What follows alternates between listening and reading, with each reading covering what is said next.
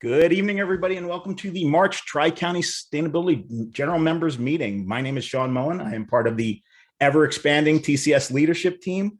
Tri-County Sustainability is the sustainability hub for the 101 towns, 10 legislative districts, and 1.2 million residents of Burlington, Camden, and Gloucester counties. Tonight, we have an awesome agenda, two of New Jersey's eco rock stars, if you will, DEP Commissioner Shawn LaTourette, and also Senator Andrew Zwicker. Also we're going to look at South Jersey's approach to synthetic biology. We're going to preview the Spring Marlton garden tour. And did we mention the biggest Earth Month event in the history of South Jersey? But first, right before we get to that agenda, we have some breaking news. So I'd like to welcome in Commissioner Jeff Nash from Camden County. Commissioner Nash, are you there? Sean, hi everybody. Thank you for inviting me to this event. I want to say hello to all my friends from the Tri-County area, and also to the commissioner and to the senator. It's great to have you on board. Sean is talking about breaking news, but it really is not so much breaking news as it is important news. As many of you know, our region ranks as some of the lowest in metrics for air quality. And there are 1,000 reasons for that to occur. If you read the American Lung Association report, which ranks the regions in New Jersey, it ranks Camden County, it gives Camden County an F grade, and it gives Gloucester County an F grade. Burlington County is not graded because there's no monitors currently in Burlington County.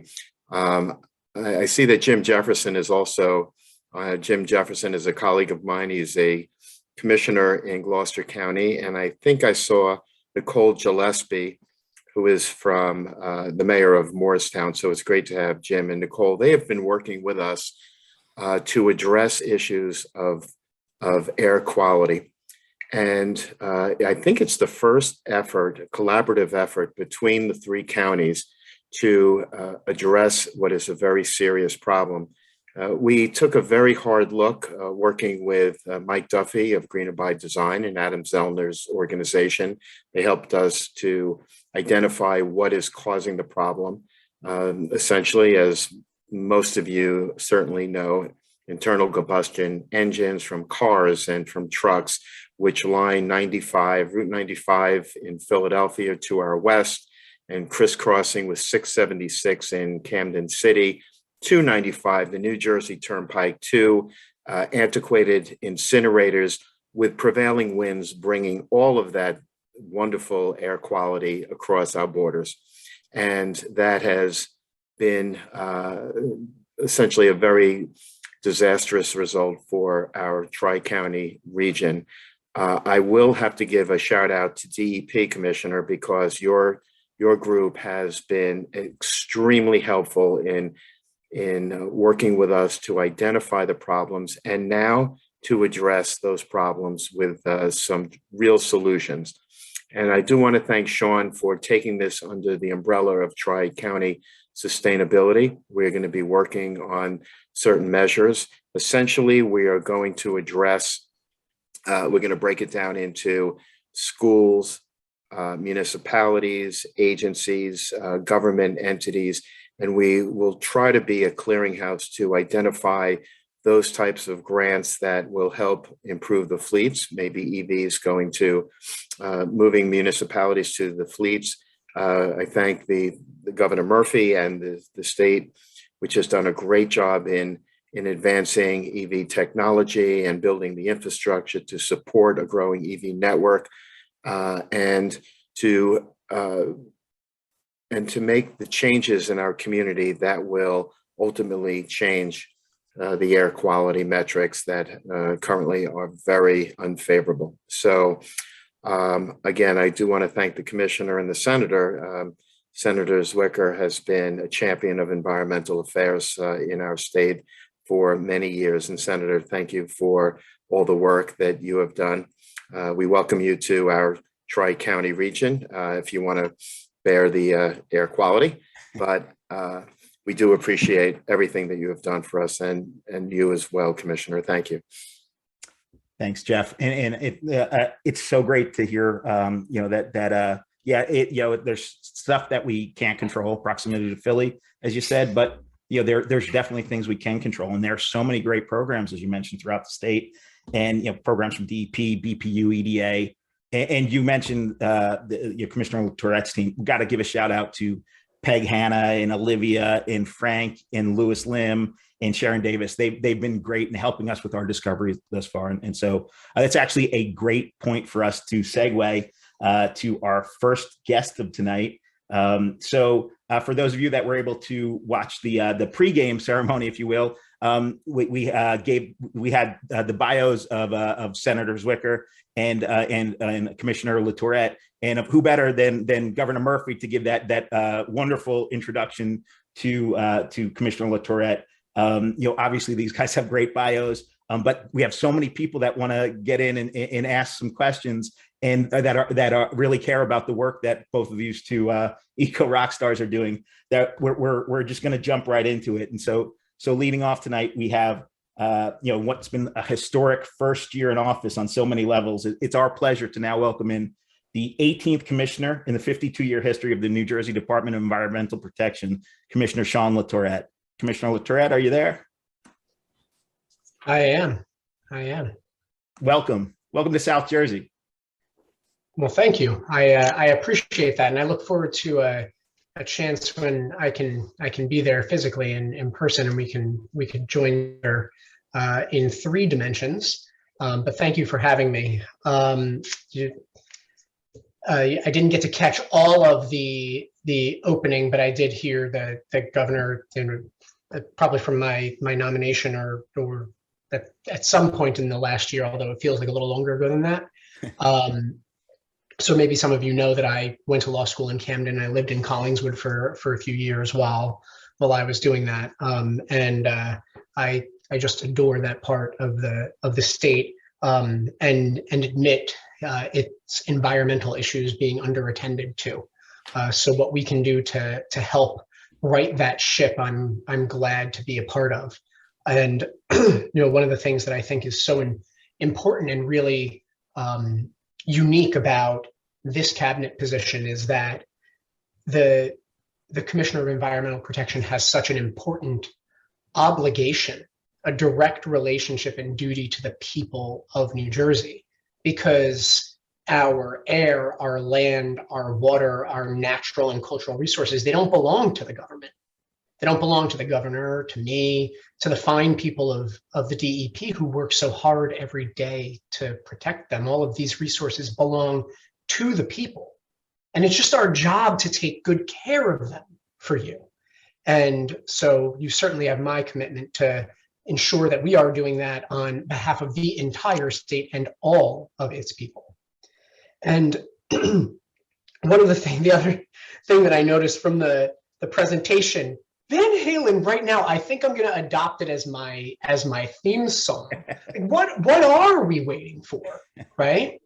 And this is the moment, and I think we have such an alignment of interest and investment in both the personal sense and in the financial sense between our state and our federal governments, and to really make transformative change. And so I'll talk a little bit about what we're doing to expedite our work to help improve air quality, since Commissioner Nash raised that from the perspective of reducing the impacts of mobile source emissions, because I think that's really a critical point that is very much within our power and our control. But at the same time, of course, we have to make sure that we're expecting our neighbors to be doing right by us, because the air, like the water, it doesn't know a boundary, right? And all you have to do is think about the impacts of the remnants of Hurricane Ida. Do you think the water, the flood water, knew to stop at the edge of Mercer County? Of course not, right? Or between or between towns, no way. Neither does the air, obviously. And we have to expect our neighbors west, who we're immediately downgrading of from an airshed perspective. We have expected a lot of New Jersey residents and businesses to meet our standards. But if it's not something that we're expecting our federal partners to hold other states accountable to, then we're going to continue carrying that water. And there's a fundamental unfairness to that.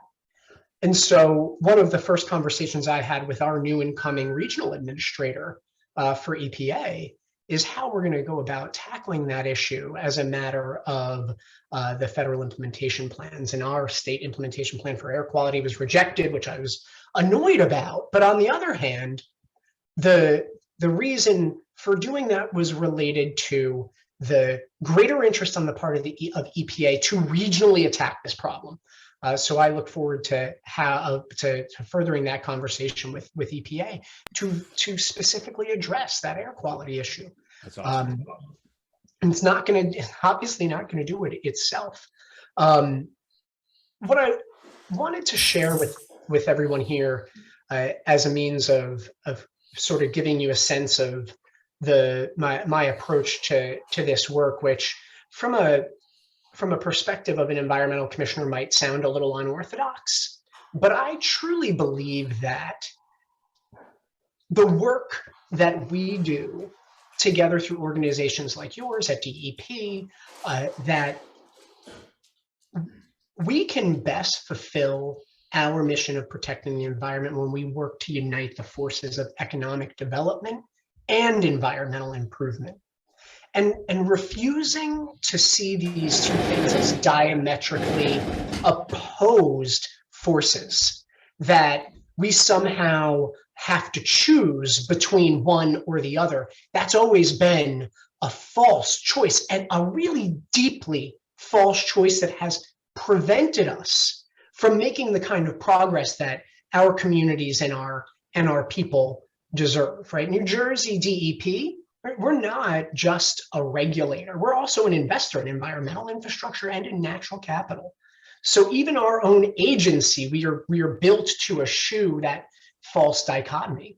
And even the moniker environmental protection, it does not capture the full panoply of services that agencies like DEP and your local environmental commissions and the public health and environmental folks on your county, involved in your county government, do every day. Right? Our work, if we are doing it with a broad mindset, should be sitting squarely at the intersection of environmental, health, social, and economic improvement.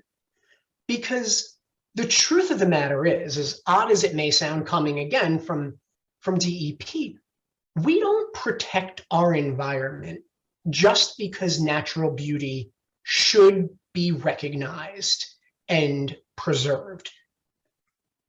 Because while that does, while protecting our environment should and does make us feel good, we do that important work because the economic growth and the long-term success of our communities outright demands that we maintain the free public services that a clean, healthy, and equally accessible natural capital can provide, right? From the air that filters, the air that fills our lungs, right? Or to the marshes that filter our water, to the trees whose roots literally hold together our riverbanks and help to avoid flooding. The natural capital is always working for us. And when we fail to invest in it, it becomes the deficit spending that we too easily forget. Right.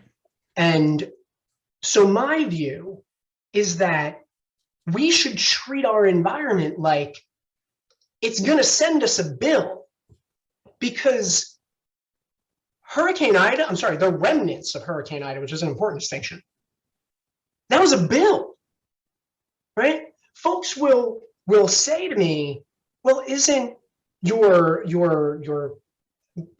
push to get local governments to pursue a stormwater utility, isn't that just a rain tax? No, it's an investment. Hurricane Ida, one hell of a rain tax, right? So it matters how we go about stewarding those investments up front. And we're making that a critical priority for DEP in the governor's second term. We most recently announced the intent to create the state's water infrastructure investment plan, the first iteration of which the intended use plans for how we're going to deploy the first round of federal dollars under the bipartisan infrastructure law out for public comment right now. That's money that's going to help our local governments meet the moment, make investments in clean water infrastructure and flood resilience infrastructure, right? If we get the alignment of funding packages right to help propel folks. And you'll see later in Earth, it's not Earth Day or Earth Week, it's like Earth Month. That's what we call it. And so you'll see from us during the course of April, grant opportunities that we'll release to facilitate more community and urban forestry, to facilitate stormwater infrastructure through a grant offering we're going to put out, because I've promised that I will handsomely reward the first local government that has the will and, quite frankly, the political capital to stand up and do a stormwater utility. We will pay for it. We will pay to do it for you. So we'll see a grant announcement come forward on that to pay for feasibility studies that local governments can't afford, because our failure to properly manage our stormwater infrastructure, that's an affordability crisis. Right. We are literally creating the conditions to put people out of their homes, all because we're too nervous to ask a little more on the front end, right? The delta of cost very much justifies doing a little more on the front end, going to protect a whole heck of a lot more. We're so glad to see an expansion of our Blue Acres program to help folks that have been in harm's way. We're going to see a revisiting of our flood elevations, because we know we've got to build up and build back, because the Idas and the Sandys will just keep coming. And we're going to help our friends at the DOT get that $15 million a year for an electric vehicle corridor and the 5-year investment plan out the door and into your communities, because that's what all of you deserve. You don't deserve for South Jersey to be an EV charging desert, right? And we can fix that. And we're working to do some of that now, programming Volkswagen and Reggie dollars to deploy fast chargers, but we're going to be able to put that work on steroids through the bipartisan infrastructure law funding that will come as well. So there is a lot of good to be done and so much engagement to be had with you and all the jurisdictions and organizations that you represent. So I very much look forward to that. So that's awesome, Commissioner. Yeah, we're really enthused about you wear many hats, right? So you're not only the leader of this big bureaucracy. Is DEP the first or second largest agency in New Jersey? You're also the governor's primary advisor on environmental matters. But the one thing we love to hear is you're also DEP's an investor, right? And so we're going to be coming to you, especially when we talk about that EV infrastructure. So we love to hear that. Would you mind, the Commissioner, sticking around for a minute? We're going to bring in our second eco rock star. It's Senator Andrew Zwicker. Senator Zwicker, if you're there, when he's not supporting environmental policy in the New Jersey Legislature, he's part of the team smashing hydrogen into helium to create emissions-free energy at the Princeton Plasma Physics Lab. So, ladies and gentlemen, Andrew Zwicker. Senator Zwicker, are you there? I am. Thank you, Shawn. I appreciate that. I could spend my whole time talking about fusion energy, but I won't, except to point to people that last week, the White House had a big announcement about accelerating the path to fusion energy. And I hope that, sometime in the near future, we're having a conversation about the first fusion pilot plant in New Jersey, and possible would be in South Jersey at one of the nuclear plants. And those conversations are starting right now. They're moving from the hypothetical into the we're headed there. But there's a lot of exciting things happening in fusion. I represent, for those of you who don't know, the central part of New Jersey. So unlike South Jersey, I have to always defend the fact that we exist. Yeah, that was my question. Does Central Jersey really exist? Right. And the governor had to go on to Stephen Colbert to declare that Central Jersey exists. It's in my Twitter bio that I represent what does definitely exist. I'm not going to enter into anything about Taylor Ham or any of the controversies on the politician. So, but because I've spent my entire career working on fusion, there's a couple of things. One, I come into the legislature with both a science background and environmental background, a fighting against global warming background. I also come with a sense of optimism because of the fact that, you know, fusion is a long-term change the planet type of project, but difficult thing to do. And what you do, Shawn, what everyone in Tri-Counties is doing, what our commissioner is doing, is a long-term, because we know that, of course, the battle against, you know, polluting our air, polluting our water, making sure we transition to carbon-free is never ending. So I'm thrilled to be here, even if virtually. But you know, very appreciative of all of the work that each of you do, just because you care, just because you know, are fighting for our present and our future and our kids and all those various things. So I'm happy to be here. Awesome. Since I've been in, it is something I've been working hard on. I see Professor Sue Dard is here. You know, we talked quickly in your intro about low carbon concrete. I was happy to spend the last year trying to push that through the legislature. We didn't quite get it to the finish line, but before the session ended, but we are certainly going to come right back to it, because we know, I mean, everyone in this line knows that about 8% of our CO2 emissions comes from carbon. This is a low-hanging fruit. We just got to get the legislation right. And what I really like about that is that it does it in a way that's a carrot, not a stick.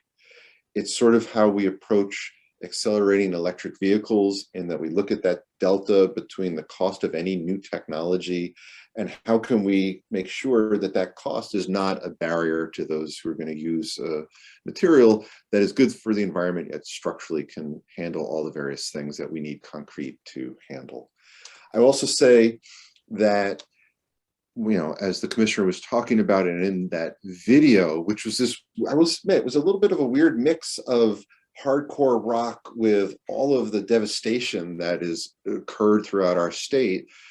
But I represent, in my area, I represent Manville. And Manville, to me, is another example in Central Jersey of what you're dealing with in South Jersey. Manville, for those of you who don't know, is where President Biden came. It's where houses exploded after Ida. It is where property after property was flooded. It's where, when the commissioner talks about expansion of the Blue Acre program, we have to look at areas that are well inland and areas that normally you wouldn't think about with a program like Blue Acres, because it's a once every 100-year storm. It's a once in a lifetime storm. And now we know that the severe weather events that so many of them we saw on the video montage are happening with more and more frequency. And so how do we figure out how to fund an expanded Blue Acre? How do we figure out where to include those areas? And then how do we figure out ways, because look, when I talk to the people in Manville, there are some who are eager to participate in Blue Acre. And there are some who, this is their home, right? And they don't want to leave. And there's a lot of pain and hurt and pride. And so how to do that from a public policy perspective is something that we're going to have to figure out. The commissioner and Shawn, you both mentioned in what we're doing, in doing it with a sense of equity, a sense of environmental justice, because we know that whether it's in Camden or Newark or Trenton or Patterson, that our most vulnerable communities, Atlantic City, our most vulnerable communities are the ones who are impacted so much by what's coming out of the tailpipes of our buses and our trucks. I also think we have to talk about something that came up last week in the Senate Environment Committee. And I'm not on the Environment Committee, but Princeton University professor Jesse Jenkins came in to talk about how we're going to get to 100% clean energy, how we're going to satisfy what's in the governor's energy master plan, but how we're going to do that in a way that is the lowest burden on our ratepayers. And this is becoming very much a political hot topic right now, is the cost, right? Because as the commissioner mentioned, there is an enormous cost of not acting. We know that. But we also know there's a cost just when it comes to our day-to-day lives, where it's the cost of heating or cooling our homes, transitioning to electric vehicles, etc. And those are really important public policy decisions that we have got to make, because Professor Jenkins' conclusion was we can meet the governor's master plan goals, but we're going to have to consider the possibility of what does that mean for nuclear?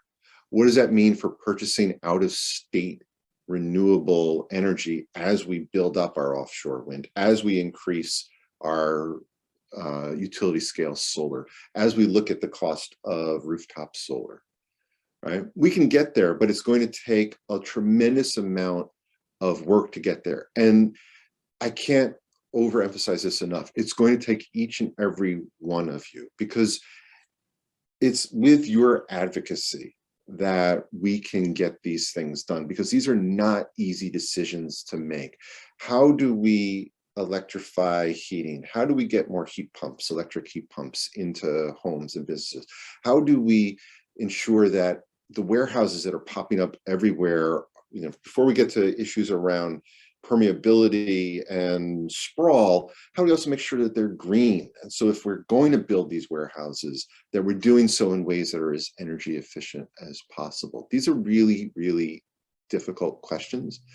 And so, you're here because you're environmentally engaged, and I'm grateful for that. And we need both you and your neighbors and your networks to be out there front and center, because I'm going to paraphrase what the commissioner said, but we can't afford not to at this point. And as that ice shelf falls in at the pole, and as the poles are 50 degrees above normal for this period of time, this is a critical moment.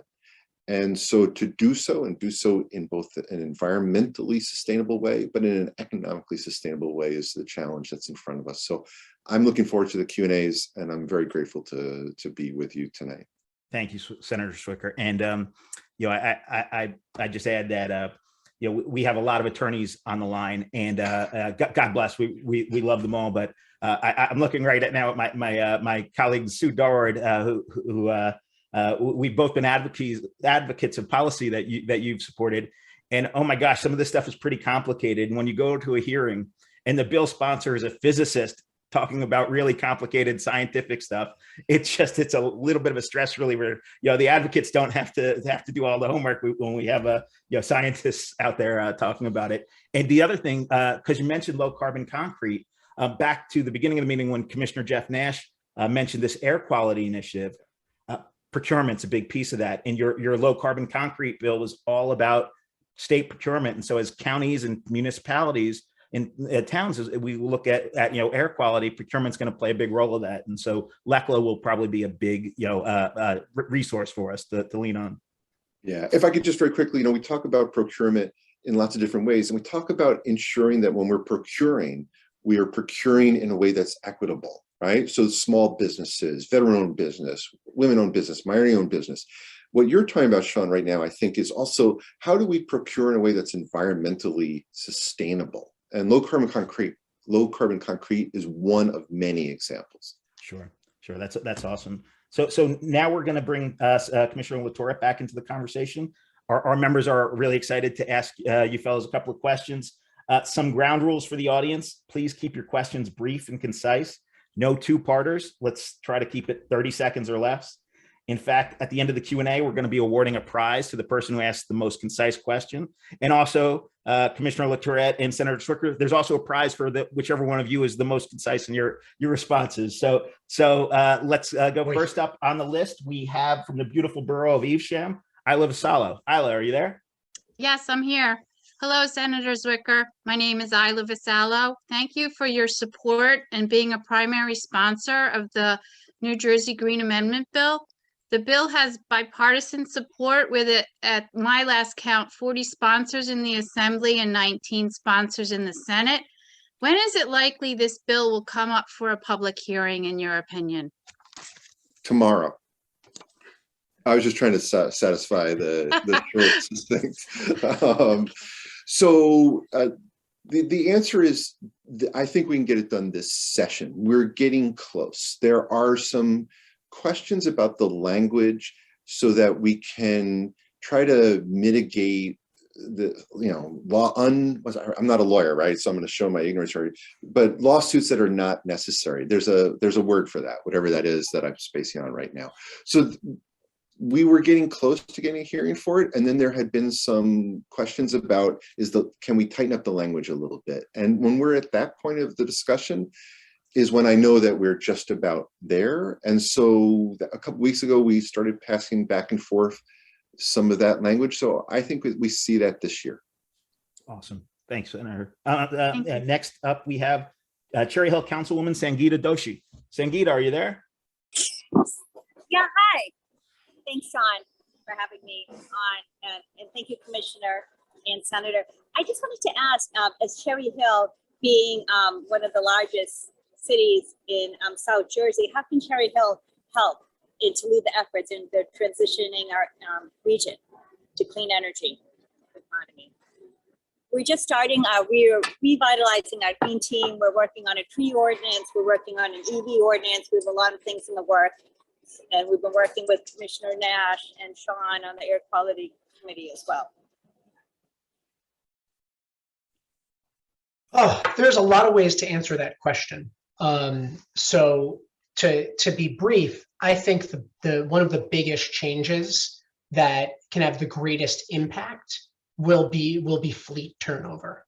So to be attuned to every grant opportunity, which from DEP's side are rolling. Every grant opportunity that we put out of funding for fleet turnover for local governments, because that's our specific lane, whereas the BPU looks to incentivize private purchase of zero emission vehicles, and EDA has more of a focus on the commercial sector.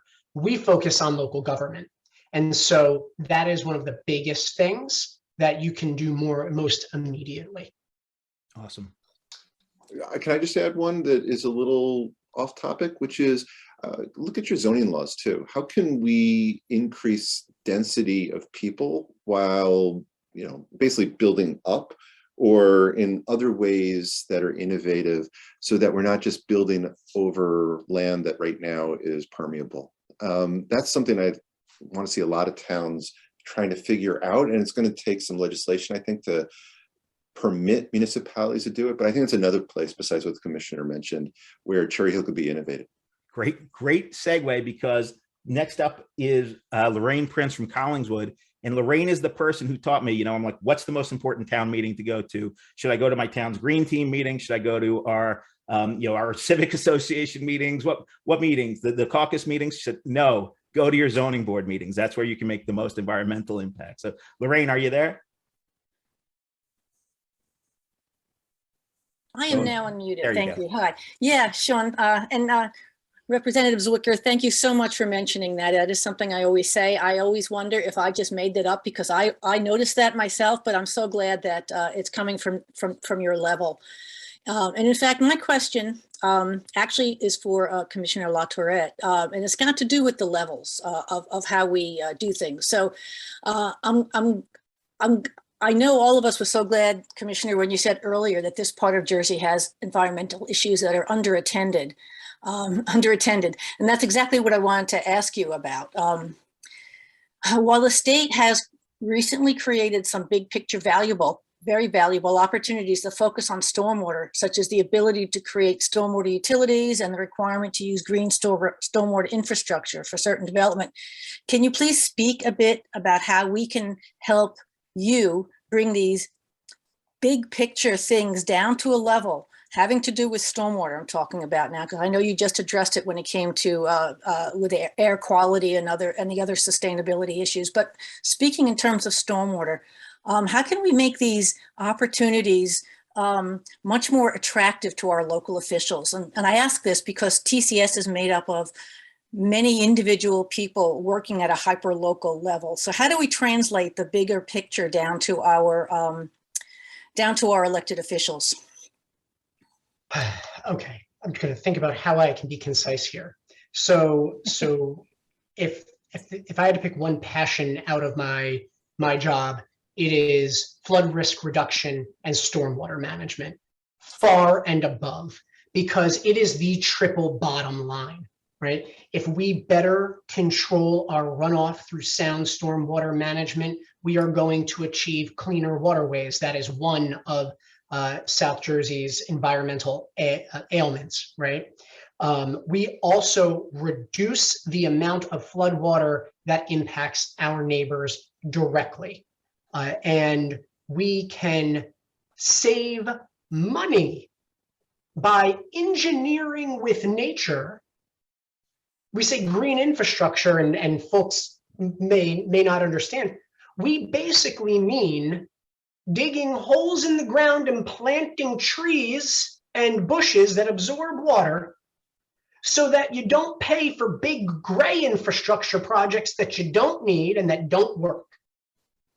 And by doing that, you save money in the long run. Now, the biggest point of pushback about this is it's the pushback about everything. That change is hard, right? Change sucks. Who wants to change?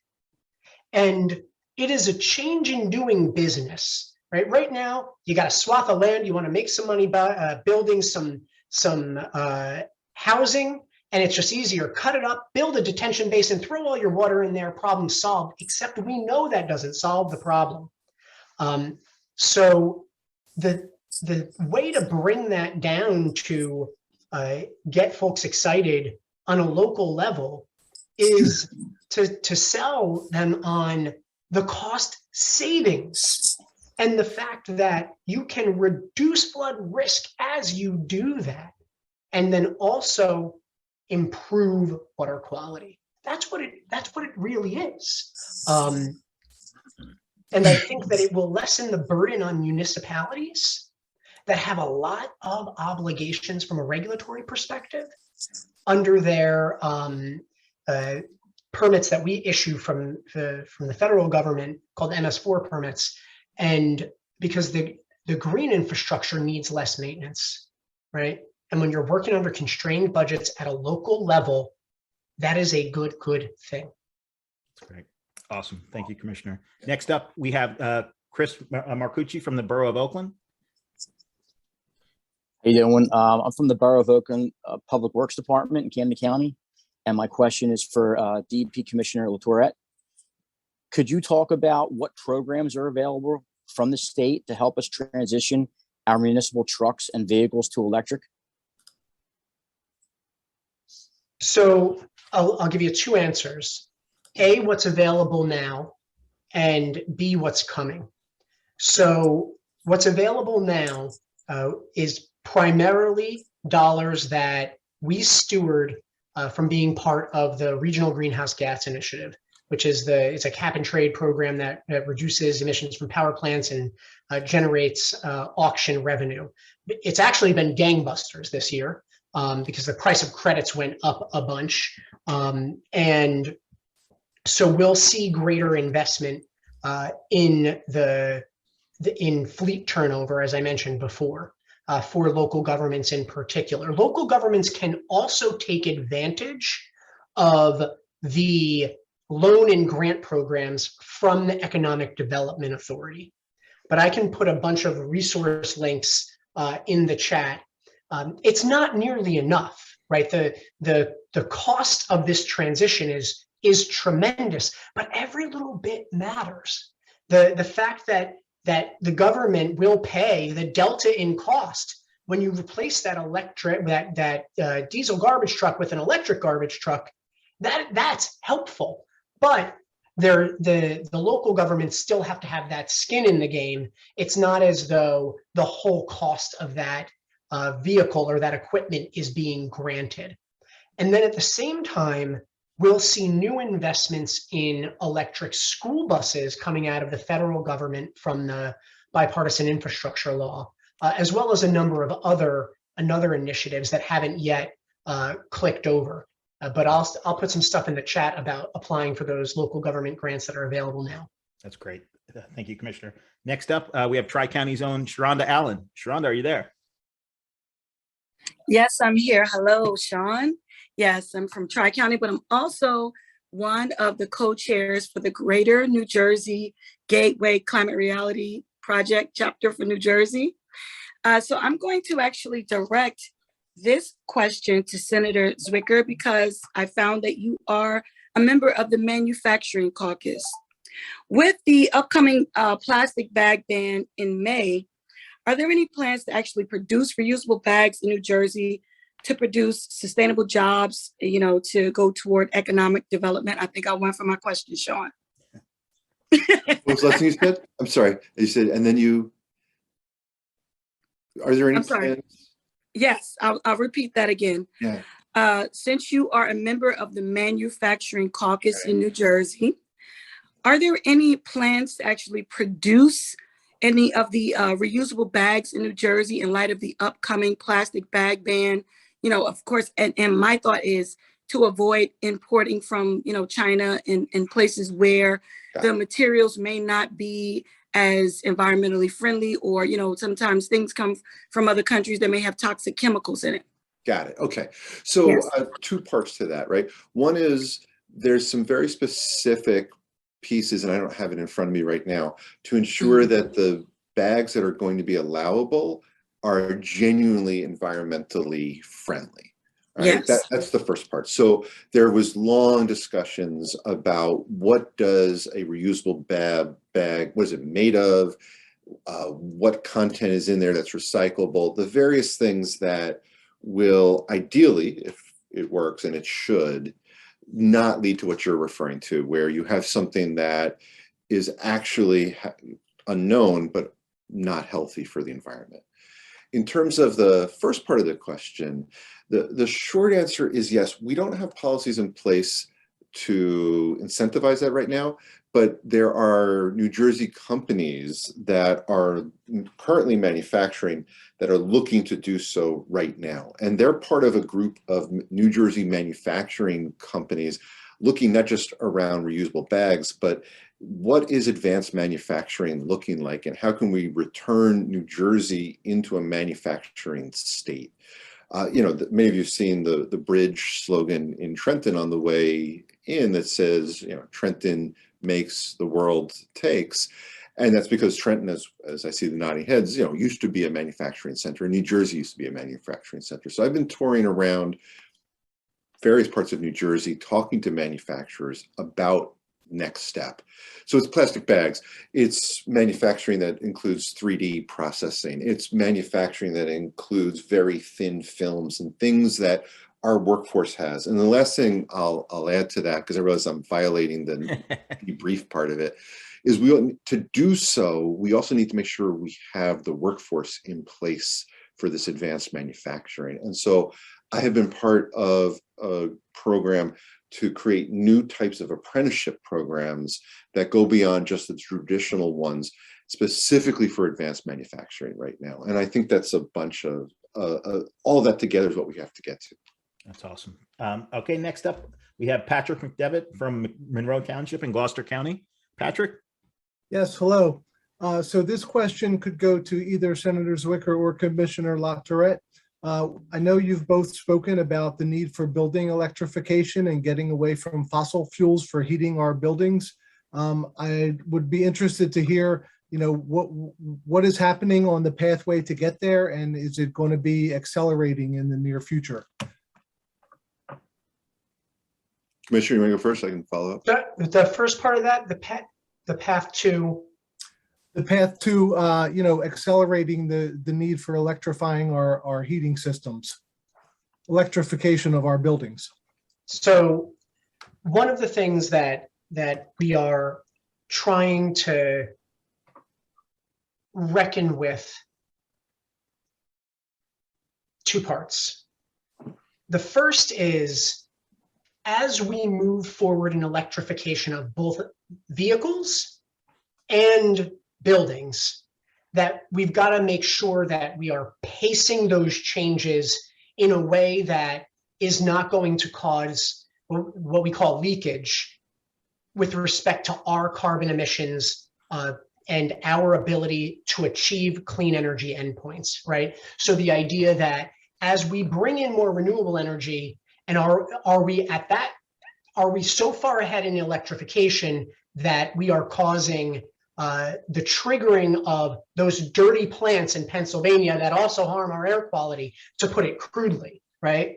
But I'll also be very forthright with you in that I don't believe the building electrification conversation is moving at the clip that it needs to, as compared to the vehicle and transportation electrification conversation. And part of that is, in a way, cultural, right? The idea of abandoning gas cooktops is real hard for people. And there has been a concerted anti-building electrification campaign in this state and around the country.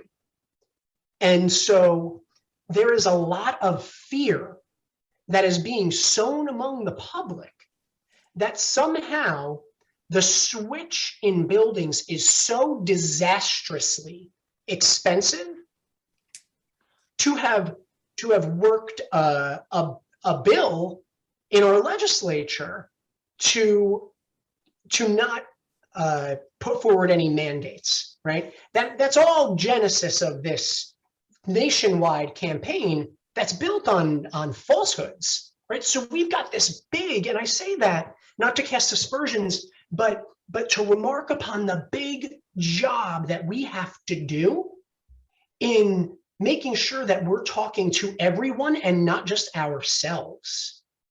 Because to really confront climate change, we need a culture change. So what I believe that we need to do is a proof of concept. We need to make an investment with local and nonprofit, non-governmental partners as a proof of concept on building electrification, and build into it an important workforce development component that will help folks understand the benefits to be derived from that. And I think doing something like that will really help move the conversation, because the building code conversation is basically nowhere, right? I'll just tell it like it is. Maybe I'll get in trouble tomorrow, but that's just true. And so instead of hiding from that and pretending like we're really doing something big, let's do something small and show people that it works, so that we sow confidence, because we can. That's great. You know, we need, geothermal needs pipe fitters too, right? Can I just? So does hydrogen. Yep. Yeah. Oh, we should talk green hydrogen too. Can I just jump in and say that Commissioner LaTourette talked briefly about some of the politics. There's some cultural things, but there's some political things that are going on. But other states are ahead of us, and I'm actually working on legislation to copy what other states are doing, because just like electric cars, right? And I drive an electric car. And so what do? In any sort of thing, we look at that delta, and you have a couple of possibilities, but one public policy decision is to match that delta, so that when a homeowner's heater HVAC system is time to replace it, that the financial incentives are in place so that they go, okay, fine, given a choice between the two, if my upfront costs are nominally the same, then let me pick the one that's going to save me more money in the long run. Let me save the one that's going to heat my home more comfortably. And I think it's Connecticut that is ahead of us. It might be Massachusetts, where they've already done this, right? And so that gets, by going after the financial piece legislatively, and going through that whole legislative process, it gets to what the commissioner is talking about the early adopters, about the cultural change. We'll continue to fight the political part. We all know why that's happening. But I think that's the other piece of it. And that gets to, again, public policy and finances driving this path forward. Awesome. Next up, we have our Environmental Justice Chair, Bill Johnson. Bill, are you there? Yeah, hi, thanks, Shawn. I'm not going to win the concise award, so you can just take me out of the running there. Thank you, Senator and Commissioner LaTourette, for being here. My question is to Commissioner LaTourette. As you know, like I said, I'm part of the Environmental Justice Committee. I'm the lead here. And I just wanted to get a brief update on the Environmental Justice Law 232, which was, I think it was signed about 2 years ago, right? No, about a year and a half ago. And there were some working sessions which I attended, and they were great. And then we didn't hear much. So we've talked a lot in this committee about keeping an eye on Bill 232. And also we talked to Senator Singleton, who was the sponsor of that bill. And just wanted to get, some status of that on that bill, but also kind of how you see the DEP kind of using that as a tool to prevent, building of this type in the overburdened communities. I'll tell you a secret, but I'm being recorded. So it's not a secret. You will see our environmental justice regulations imminently. I believe we are weeks away from a formal proposal in the New Jersey Register. So that silence you heard is just because we've been working. But I will say, before I was commissioner, I started at DEP 3.5 years ago as chief counsel. And the very first meeting that I took was with Senator Singleton on his original EJ bill. And working with him on that bill for the 2 years prior was and remains one of the greatest honors of my legal career. And we are, no question, the national leader in this space, the national leader. I'll be going to the Environmental Council of the States, which is all the secretaries of the country get together on this topic. And one of the things I'll be talking with them about is these regulations. And when we put them out, we've done all this data analytics. And so there will be an EJ mapping tool that will help any applicant to do the environmental justice analysis, so that we're not slowing progress, but we are making sure that protection is in place. And the analytics that we've done so far, it shows us just how easy it is to invest a little more, do a little better, and you will do right by your community. That's what it shows. It's very exciting. That's awesome. And just to follow up on Bill's question, let us know how we can help. We're your foot soldiers here. We want to move this forward. And Bill's doing an awesome job. And kudos to Bill and Sharonda and Marty and the team that put on June and that team that put on that Green Jobs event with Jane Cohen last week. It was awesome. Next up, I think we got to go quick, everybody. Bill Ritzler from Pittman, Gloucester County, who's also part of DVARP, and congratulations, DVARP. Tony Lanziotti is the new president of DVARP, the Delaware Valley Association of Rail Passengers. So congratulations, Tony. Bill, are you there? Yes, I am. Good evening. Thanks to both gentlemen for taking time to answer questions this evening. I'd like to direct my question to Senator Zwicker. Public transportation in Burlington, Camden, and Gloucester counties has suffered from underinvestment for decades. Senator, will you vote to increase public transit options in southern New Jersey? Yes. Good. Woohoo. That's awesome. Quick, and the answer we wanted. I don't want to be flippant about it, but yeah, of course, right? I mean, mass transit, the part where what you're dealing with in South Jersey, where you have no transit, I have huge parts of my district with exactly the same thing. And it's a major issue. I just took a meeting earlier today with a disability rights advocate, just talking about the need for people with disabilities to move around the district for a variety of work, doctor's appointment, et cetera. So I, all kidding aside now, but yes, of course I will. That's great. I did think we had the one-word answer there, but the answer was good anyway. So I couldn't help myself. It didn't feel right. Next up, we have from Voorhees, Marianne Leone. Marianne, are you there? Yes, I am. So yes, I'm with Sustainable Voorhees, and I'm helping the Camden County Office of Sustainability plan the biggest, best South Jersey festival coming up, Sustainability Festival, right, on the 30th of April. And we're going to have a EV showcase and plant sale. But I wanted to ask, and I would love actually both of you to come, Senator Zwicker and Commissioner, if you would be able to come on the 30th, that would be great, because my question is to the Commissioner. I got an email about DEP celebrating a big anniversary. I think it's the Big 5-0, and that's coming up, I think, on the 23rd of April. Can you tell us a little bit more about that event? Yes, and I'm glad that you mentioned it. And I would love to visit with you all for a South Jersey component of our statewide celebrations for the month. 2020 was the 50th anniversary of Earth Day, and also the 50th birthday of the creation of the DEP. And we had planned a blowout celebration, and then COVID, and it was canceled. It was for April, and I refused to abide that. So we are doing a blowout celebration on the 23rd, Saturday, day-long celebration in Liberty State Park, so Jersey City, because we own it and makes it easier.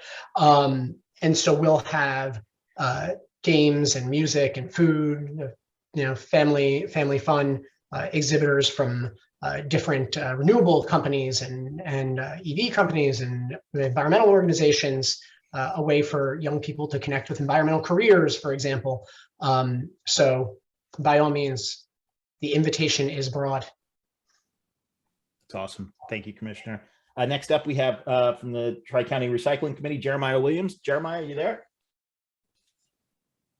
Yes. Hi, everyone. I'm the chair of the new Plastics and Recycling Committee.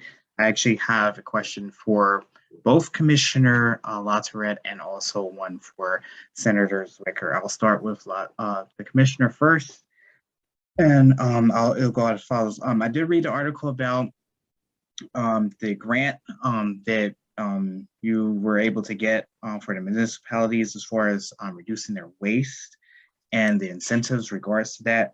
Are there any municipalities that are model examples of that? And also, are there any plans of creating a more uniformity in recycling in New Jersey? So I think there are a lot of good models among our municipalities for their approaches to our litter reduction and recycling programs, and it's hard to call out precisely one or even five that are the models because of your second question, because the recycling approach in the state is broken. It's so broken. And part of the reason for that is there's lots of home rule reasons for that, but it is impossible for any resident to understand what they should be recycling or not. And so what we end up doing is pretending we can recycle everything. So we're aspirational recyclers, which just means that we're making the recycling centers pull all the garbage out because we didn't do it ourselves. And that's not any one person's fault or a municipality's fault. It's the way that we set up the system. That's a good legislative endeavor, Senator, because we should fix it. We should fix it. And there are great New Jersey-based companies that are doing exciting things, Bayshore and Mazda, and so many on recycling and making real lemonade out of what we've handed them. So they have my gratitude. That's awesome. And I'm sorry, Senator Zwicker, were you going to weigh in? Good. No, as much as we'd love to hear what you have to say. Three more questions, I promise. Cheryl Reardon from Gloucester County and the Association of New Jersey Environmental Commissioners. Cheryl, are you there? Yes, I'm here. Hello. Thank you very much for being here tonight. So NJAC is out there. We're working on stormwater utilities. We're sharing the message. So the question is that so often, in dealing with municipal officials and residents, it is being said to be a tax. And how do we put the pieces of the puzzle together that show the bigger picture, that it's not just about the stormwater, it's about the mold, it's about public buildings that are in storms way. It's health risks to entire communities. How can we make it that every public building has to have green infrastructure? Recreational places have to have it. And stronger stormwater regulations, because a lot of the towns, they know they have to do it. They want to do it, but they are so afraid of being sued. So that's my questions. I'll start this one. As of the two of us, I'm the one who's had the mailers that go out that says, you know, Zwicker will tax anything. He even taxes the rain. So, but I think that, Shawn, I had the same reaction when I saw it too. But he also had, what is it? Benjamin Franklin discovered electricity in 17 or whatever, and Zwicker will tax your electricity, blah, blah, blah, right? But the commissioner said something earlier. I don't remember what the question was, but to me, I would answer it this way, which is the politics is such that we work on a yearly budget, municipal budget, state budget. And so this is always a, what does it cost now versus what it costs later? And what it costs later is a more difficult argument to make, because those are hypotheticals, because we don't know when that next storm is going to hit. We don't know when the town is going to flood next, right? But we know what it costs afterwards when we have to figure out how to get bailed out, both literally and figuratively. So I personally think, and this is a political answer, that when you're running into this, you have to make a strong economic argument. That lots of studies have actually shown that the sky is falling, and I'm not trying to be figurative right now, but that sort of argument doesn't work with people who, for whatever their reason, do not support whatever the policy is. And so you're left with economics. I think you have to, and that's what the commissioner was talking about before, build in, as you're alluding to right now, well, what is the cost of mold remediation, or what is the cost of that next storm? And as analytically as you possibly can, because that, in my opinion, is what is the most effective argument when you're running into these roadblocks. Awesome. Next up, we have just real quick, because I hate to jump in here, but to buttress that with what the senator just said, there are other costs. And all we're doing is avoiding the realization of those costs. So when you're conveying that story, the other part to it, and I can be painfully direct, no one's coming for you. No one's coming to help you. Like, if you don't put something in place to help cover those costs, you're just waiting for federal disaster dollars. There are no state programs or budgetary programs to help. This is what you have. You have a stormwater utility. You have the power to create the finances to help yourself. Otherwise, you got nothing. That's just the reality. Wow. Yeah, strong words. Next up on the list, we have our TCS Solar Committee Chair, Randy Orlow. Randy, are you there? I am here. Hey, Randy. Hi. Thank you so much for being here. My question is for Senator Zwicker. Community solar is just, the concept is such a great program for New Jersey and can offer not only some economic relief to households, but also clean energy for everyone. But there are a lot of barriers in New Jersey and preventing it from being a really, really great program. And one of the biggest barriers is that nobody knows about it. And if they find out about it, they don't trust it. They don't believe that it's real. And I can tell you that the largest marketing budget in the world is not going to solve that problem necessarily. It has to come from another source than the community solar companies that are the community solar providers. So what are your thoughts on how we can get this information out to households and have them trust the information that's coming to them? Yeah, that's a tough question. But I think part of that is neighbor to neighbor advocacy, right? So for instance, I have a neighbor who just got solar panels installed on his roof.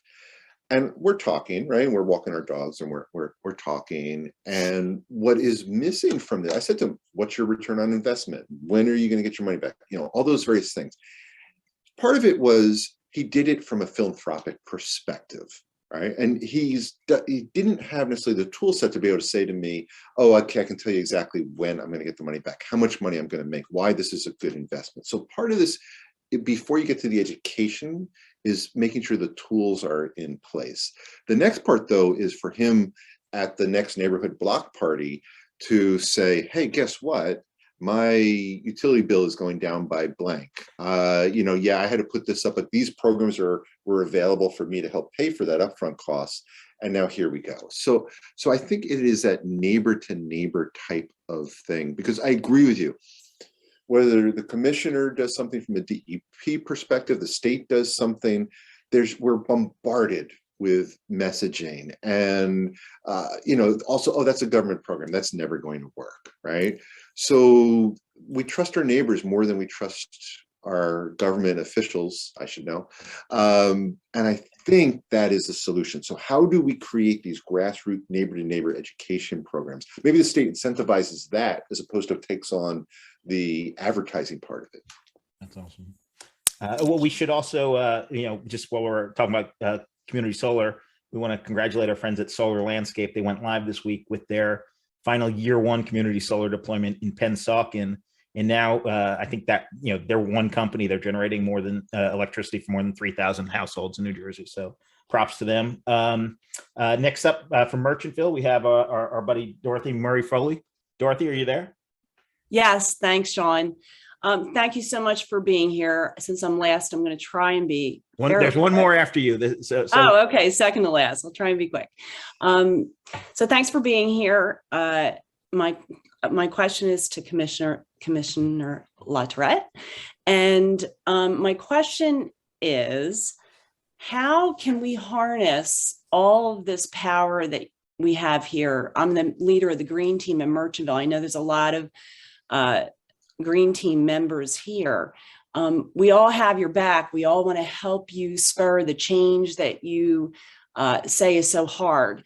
I know from experience, when the Green Team brings 20 people to a borough council meeting, change is easy in a sense, because the council members see what the people want. I'm wondering what one thing we could do to help you in the shared passion that we have of protecting the environment. There isn't one thing, except what the senator said, that the best work that organizations like yours can do is to convince others of the value of these initiatives and build broad-based support.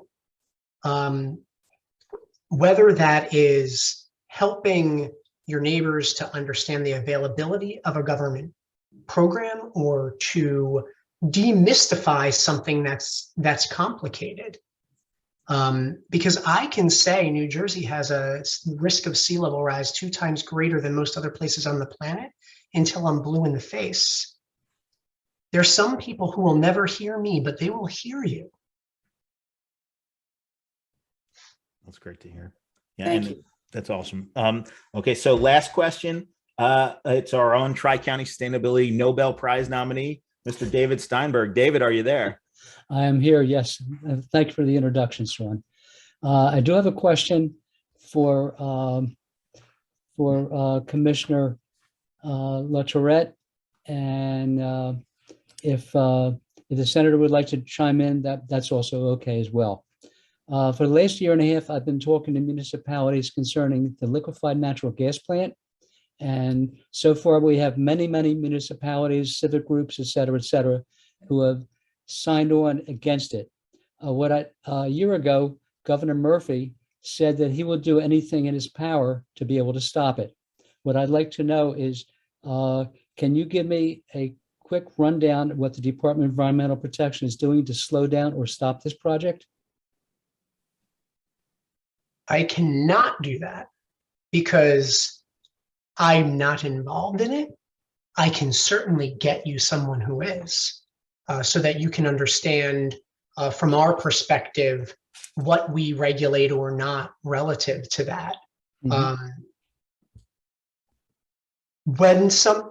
Generally speaking, when there is a project that has sort of an environmental, sense about it, doesn't necessarily mean that DEP regulates the project as a whole, right? So take, for example, an incinerator. There's only certain things about an incinerator that DEP would regulate. It's not as though DEP has authority over this whole thing. And that happens all of the time. And part of the work that we often have to do is help folks to understand the patchwork of who has what authority over a particular project or endeavor. And that can be a mix of state, local, federal, etc. And I can get you someone from our Office of Project Navigation whose job it is to put together those pieces that can tell you who to talk to.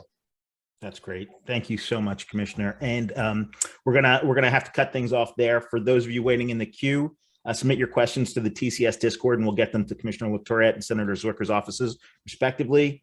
Commissioner, Senator, thank you so much for giving our South Jersey audience your time tonight. Thank you for all you're doing for sustainability in New Jersey. And please let us know how we can help. You've got foot soldiers. Can't say that enough. Help us help you. And thank you both very much. Thank you. Great. Appreciate it. And come back anytime.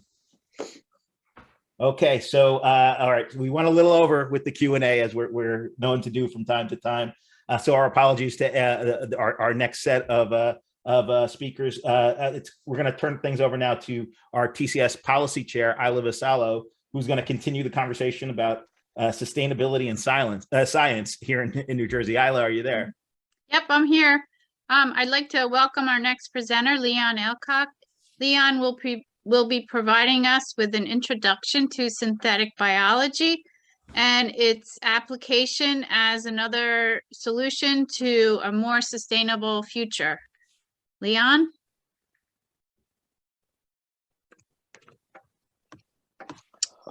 Leon, are you? Yeah, I'm here. Am I able to share screen, or can we put my presentation up? You should be able to share your screen, right, Shawn? Yep, go for it now. Sorry, Leon. There we go.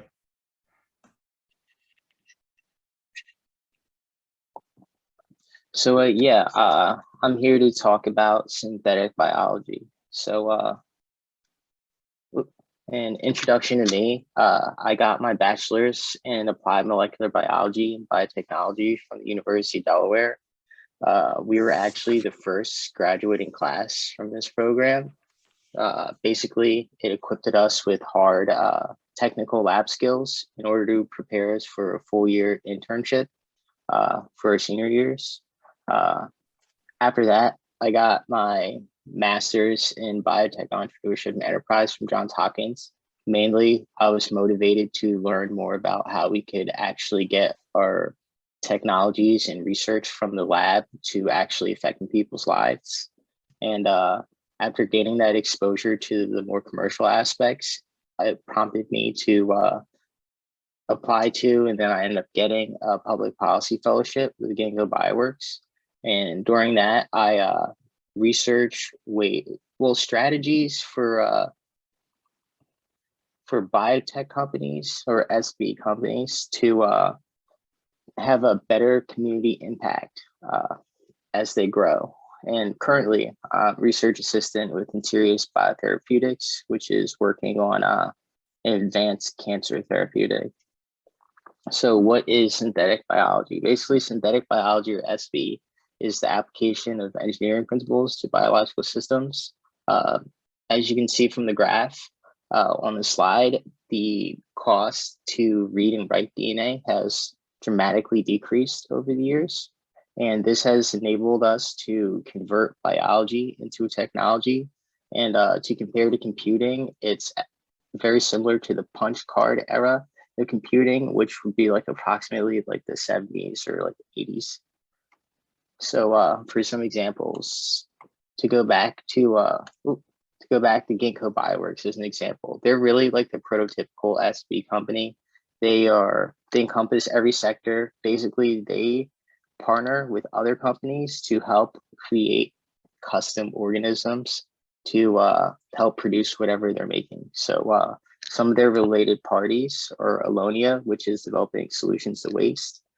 In various industries, Concentric, which was a COVID-19 testing initiative that helped with like 12 million, which is like approximately like a fifth of the students in the US, as well as ExpressCheck for air travel. And then there's also Join, which is with Leaps by Bayer. And basically they have taken a naturally occurring microbe that is on the roots of certain cereal crops, and they're engineered it so that it will fix nitrogen just from the air. And like they have more, and like they have some food, materials, like basically like everything like the physical world. So for another big impact is for biosecurity. So if you think vaccines, mRNA vaccines are a product of SB, and specifically Moderna's vaccine is. Ginkgo actually had a partnership with Moderna to help produce a cell to help create some of the components for their vaccine. And they're expanding it to HIV, multiple types of cancers, malarias. There's like a lot of work being done in this area.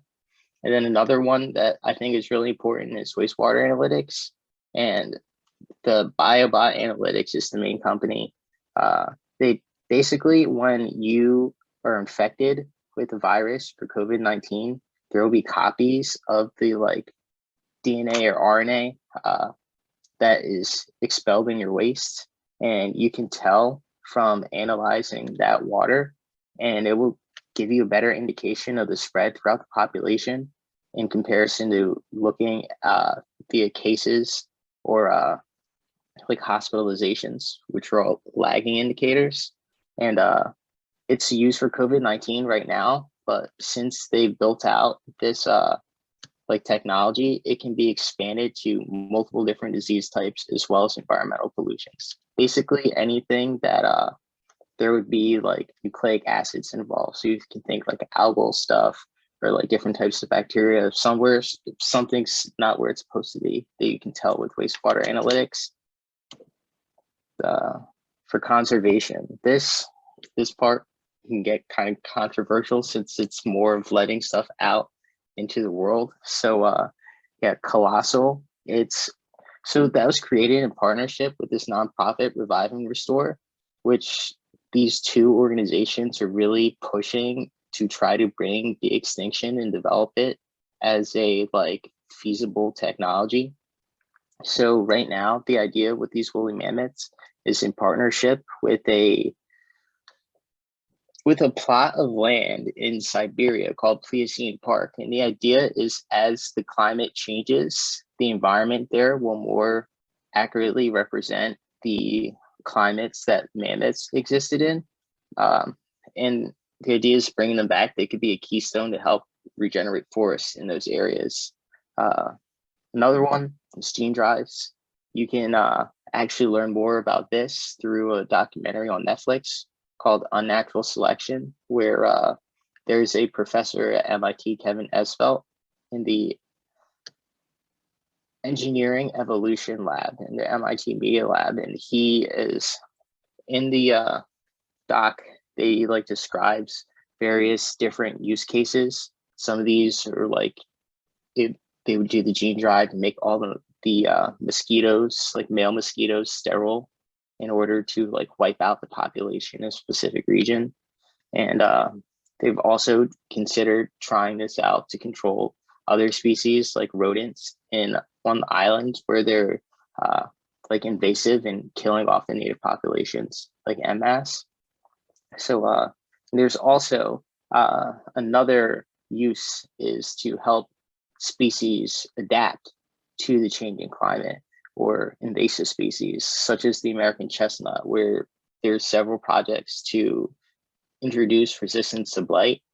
and while also maintaining the genetic integrity rather than like crossbreeding it with another species of chestnut trees, which would change the genetics to the point where at a genetic level, it's no longer American chestnut. It would be like this new hybrid, which like if that works, it could save like numerous other tree species and other plant species like around the world. So yeah, so this Cyan Collar Jobs, this is a concept that I came up with during my public policy fellowship. Basically, people with these jobs make bio-based products in industries transitioning away from extraction. And this use of extraction is expansive. So we're meaning like extraction from like communities as well as the environment. And it's really in response to the underdeveloped education outreach infrastructure in this space. The fact that not really many people know about it. So I think the best thing for that companies could do would be to grow community gardens, a talent that would help the whole industry grow, and it would enable a just transition as the old industries and waste and manufacturing products get displaced by these new technologies. We can better help those workers transition into these jobs. And I like wrote a whole handbook about this. It's almost a whole different presentation in and of itself to really go into detail about this. But yeah, I will show what it's like. So the SB Community Garden for New Jersey. This is something I've just been working on like by myself. And like rather than like a whole company like supporting me do this. So it's been working through these 3 nonprofits who are the main heavy hitting educational nonprofits for the SB. So BioBuilders, they actually create SB curricula for high school science classes, and they help with like teacher professional development. They have multiple programs. So my students at Toms River, we took part in the Idea Accelerator program. This program, they don't actually get to do any lab work to create the systems, but they got to ideate projects. So Team Rubber Duckies, their project revolved around recycling rubber, and they really, in their research, they discovered that there's like a ton of rubber tires in New Jersey that are just like unusable. So they like designed a system that would have a bacteria break down that rubber and turn it back into rubber sap so it can be reused for different products. The Team BADK builders, their project involved a bacteria that it's E. coli that would detect an algal toxin and consume it. And once it's consumed, the E. coli would turn red, and enabling you to use this E. coli in order to be like a detector for the algal toxin using the visual indicator. And then Team Gray, their system involved ammonia detection, purification, and they designed another like E. coli to detect ammonia, and it breaks down those ammonia molecules and turns them into vanillin. So it will emit the smell of vanilla if it's working to absorb and purify ammonia from the air. So other work that I helped with is with the Biodesign Challenge, which these competitions revolve more around synthetic biology, art, and design. So the University City Science Center, Ola Future, which is the design group in Berlin, Germany, and Paul Robeson High School, which is like a Philly high school. I helped them make their project called "This Pro-Human and Clean Water of Our Future." Pro-Human is basically psychobiotic treats that basically it's like a probiotic for the gut microbes in your stomach. And the idea is you could eat this stuff and it would make your gut microbes produce chemicals to make you feel happy. And the idea was it would be a social critique of how there's like a lot of prejudice and kind of creating a cure through a pill, and just really trying to raise the question, like, is this something that we can actually fix using pills? And it's like, there will be different schools of thought for that. I personally don't think so, but but they actually ended up being like a finalist in the competition.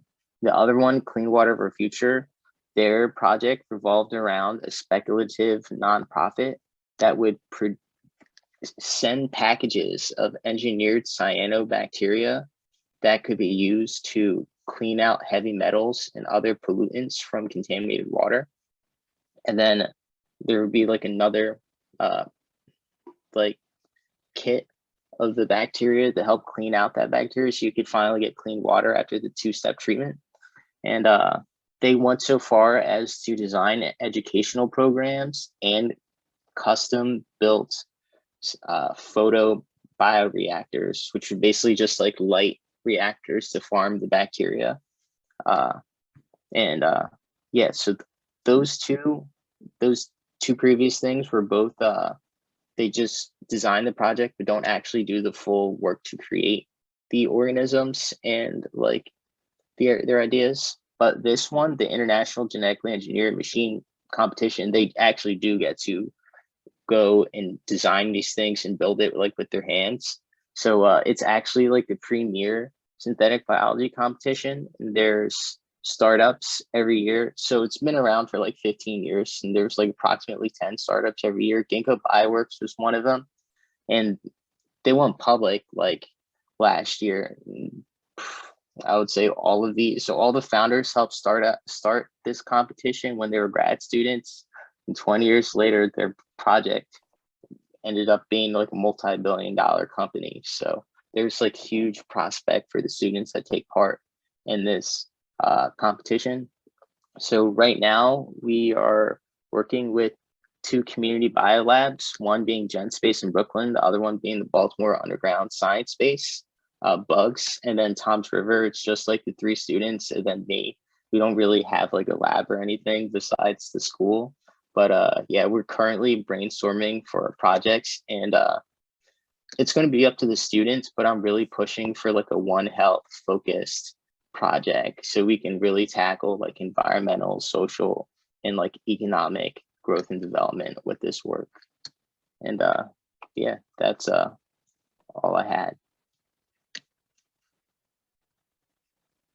That is so excellent, Leon. Thank you so much for sharing this information. I'm sure most of the people on this call had no idea this type of work was going on and how it can possibly be used to help us with a more sustainable future. If you could just stop sharing your screen, thank you. Yeah, thanks again. That was great. Our next speaker is Janet Rolnick. She wears many hats. She's from Marlton. She's an environmental commissioner, a historic preservation commissioner, and a member of the Eastern Green team. She is also a former art school teacher, and she's going to be talking about how she started the Marlton Garden Tour, which features native plants, and what the tour is going to be focusing on this year. Janet, are you there? Hello, Janet. Hi, I'm here. Planning a garden tour during the darkest days of COVID was a very personal act for me. I needed to create something positive, something that had promise for the future, and something that educated folks about what they could do in their own backyard to better the planet. Luckily, at the same time, Kathy Simon, who is the head of the Green Team and the Environmental Commission in Riverton, and also a master gardener, was helping me extend my native plant gardens, and her garden in Riverton was going to be in the Porch Club's garden tour. So I talked to her and got a lot of good ideas about how to do this. And then I presented this to the Green Team and to the Marlton Garden Club, and they both agreed to help, which is terrific. The gardens we had last year were very diverse. We had one where the family had lived on this piece of property for 50 years, and she had been involved in pinelands preservation and Cedar Run, and was willing to give a tour of her garden and talk about the environment around it. Mike Jacobs, who is on the Green Team, the Environmental Commission, and South Jersey Native Plant Society, opened his garden for people to see. Let's see, the Center for the Arts had an exhibit of landscapes and plants. The Inskeep House, which is where the Historic Society of Evesham resides, and the herb garden in the back is taken care of by the Marlton Garden Club. So we had that garden opened, and the garden club sold plants in that space. The principal of Rice School was very nice and allowed us to show her rain garden, and the kids put on an art show there as well. And our watershed ambassador was there to talk to people. Isla was very sweet, and she manned our wildflower patch.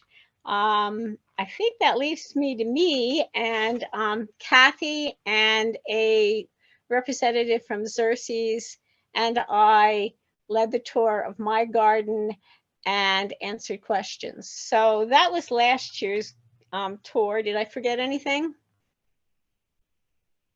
I don't think so, Janet. Nope. Okay. This year, our theme is sustainable landscapes, small gardens, big returns.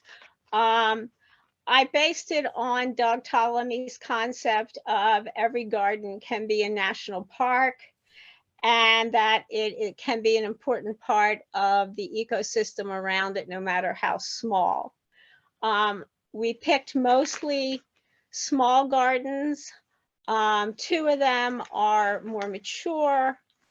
Two of our environmental commissioners' gardens are open, and they are the older gardens. One garden is a new garden, and I'm really happy about this one because they have an HOA, and the gardener has worked with the HOA to put in native plants, which I think is wonderful. One of the sites is a pollinator garden that we helped put in behind Van Zant School, and a Girl Scout group also helped us do that, and they're the ones who are going to be doing the tour of that garden. And I'm really excited because that garden is in a new location that we haven't had a garden in before. One of the gardens is out in the southern part of our township, and there will be a beehive there, and they will be talking about how to have a beehive in your garden. Let's see, what did I forget? And the Center for the Arts has an exhibit as well that will be opened, and our Marlton Garden Club will be selling plants there. And lastly, but not least, will be the community gardens, which is really exciting because we're putting in a brand new pollinator garden and hopefully 2 cisterns, which Isla can talk about better than I can, will be installed on the roof, or will be installed so the water from the roof of the Blue Barn will go to help water our community gardens. So I'm really excited. I think we're including new people in new areas. I'd like to include as many of our nonprofits. I'm really happy that I think this is really taking off. Last year, we had up to 100 people visit our gardens, including the mayor and 2 of our council members.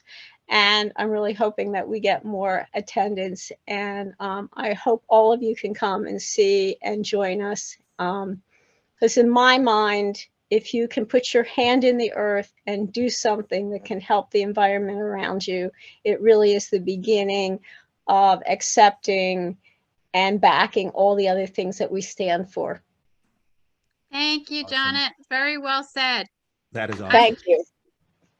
I'm going to turn it over to Val Brown, and she's going to talk about how TCS is celebrating Earth Month, including Earth Day. Hi, everyone, and thank you for attending this evening. I'll keep it quick. We're excited to promote our upcoming event, the Sustainability Festival and Plant Sale, co-sponsored by the Tri-County Sustainability and the Camden County Office of Sustainability with the Camden County Certified Gardeners. The event is on Saturday, April 30th from 10 a.m. to 3 p.m. at the Office of Sustainability. We're located in Lakeland. That's 508 Lakeland Road in Blackwood. We're about a mile away from the Gloucester Premium Outlets, to give you a perspective. The event will showcase various sustainability practices and host dozens of vendors. We're looking to have a very big EV showcase. Patrick McDermott is organizing for us. We'll have various vehicles available for you to check out. And given the current prices of the petroleum, the EV demand has grown significantly. So come check out a lot of different vehicles.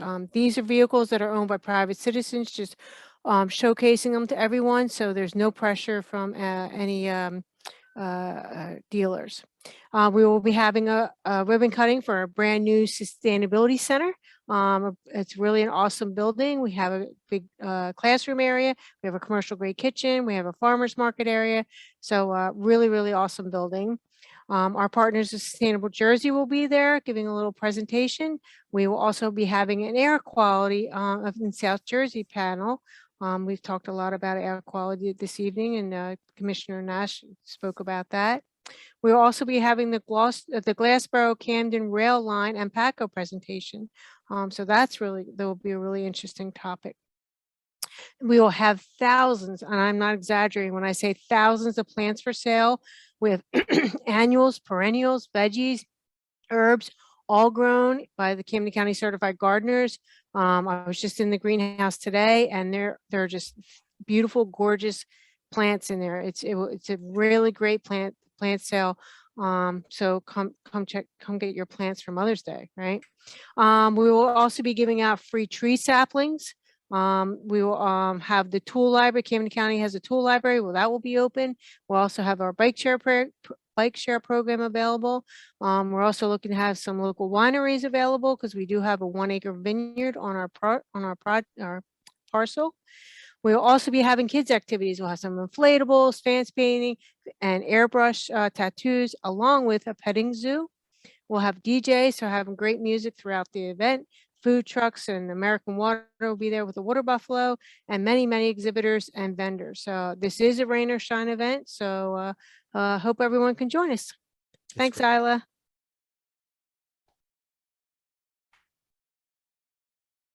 Shawn, back to you. Oh, thanks. Thanks, Isla. So we've reached the halfway point of tonight's program. Kidding. Thank you, everybody. Val, that sounds awesome. And we are going to respectfully put that party at Liberty State Park in North Jersey to shame with this kick-ass party in South Jersey at the awesome Lakeland Center. Hydroponics, and you had me at Vineyard. When you started there, now that we know there's going to be wine there, it's going to be lit. So looking forward to it. Thank you, everybody, for participating. Sorry to those we didn't get to the questions, and thanks to all our committee members for tabling their committee updates. Join the Discord. It's in the chat. Everything that you heard tonight, reaching out to all the subject experts, it's the best way to do it. Follow us on social media and let us know how you want to be involved. This is, all roads lead out of Tri-County. So this is your organization. So thank you, everybody, and have a great night. We'll see you April 30th. Good night, everyone. Thank you.